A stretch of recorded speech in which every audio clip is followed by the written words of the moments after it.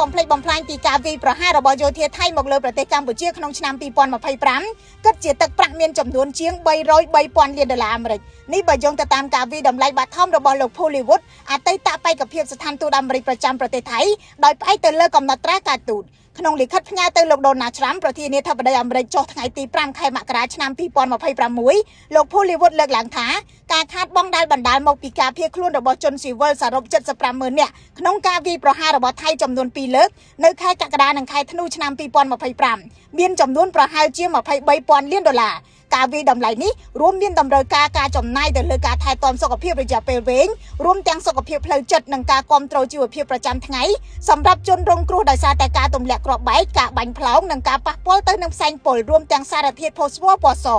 ការខូចខាតទៅលើបរិស្ថានមានចំនួនច្រើនជាងគេដល់ទៅ 212,000 លានដុល្លារដោយសារតែជាតិពុលគីមីដែលយោធាថៃបាញ់ប្រហារទៅលើខេត្តបន្ទាយមានជ័យបាត់ដំបងឧត្តរមានជ័យព្រះវិហារនិងកោះកុងដីជាច្រើនត្រូវបានបំពុលដោយសំណល់ពុលពីការទម្លាក់គ្រាប់បែកដែលធ្វើឲ្យដីស្រែចម្ការតំបន់លំនៅឋាននិងប្រភពទឹកមិនមានសុវត្ថិភាពថវិកាបន្ថែមជាង 29,000 លានដុល្លារទៀតដែលកម្ពុជាត្រូវចំណាយទៅលើការសម្អាតគ្រាប់រំសេវមិនទាន់ផ្ទុះរួមទាំងសំណល់គ្រាប់បែកចង្កោមការខាតបង់ហេដ្ឋារចនាសម្ព័ន្ធមានតម្លៃ 12,000 លានដុល្លារដែលកម្ពុជាត្រូវកសាងឡើងវិញរួមមានផ្លូវថ្នល់ស្ពានផ្ទះសម្បែងផ្សារមន្ទីរពេទ្យសាលារៀនវត្តអារាមនិងតំបន់ប្រវត្តិសាស្ត្រនានាលោក Hollywood ស្នើឲ្យលោក Donald Trump ផ្ដល់ការណែនាំឲ្យក្រុមហ៊ុនអាមេរិកដែលមានបទពិសោធន៍និងសមត្ថភាពនៅក្នុងការជួយកម្ពុជាកសាងឡើងវិញនៅហេដ្ឋារចនាសម្ព័ន្ធដែលខូចខាតទាំងនេះលោកទូចសុខាអ្នកនាំពាក្យរងក្រសួងមហាផ្ទៃលើកឡើងថារដ្ឋាភិបាលកម្ពុជាមិនទាន់វាយតម្លៃជាទឹកប្រាក់ពីការខូចខាតសរុបនៅឡើយទេដោយសារតែតំបន់មួយចំនួននៅមានហានិភ័យពីគ្រាប់បែកថៃទម្លាក់